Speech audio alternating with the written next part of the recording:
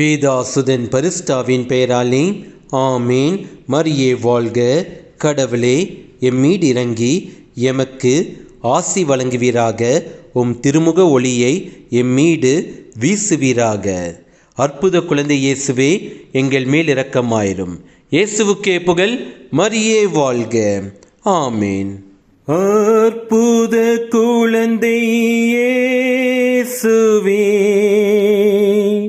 அடியோர் மேல் இரக்கமாயிரும்.